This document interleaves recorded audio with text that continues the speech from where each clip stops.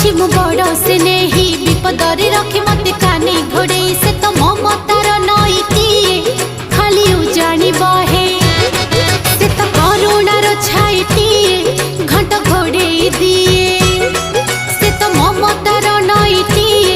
खाली उजाणी बहे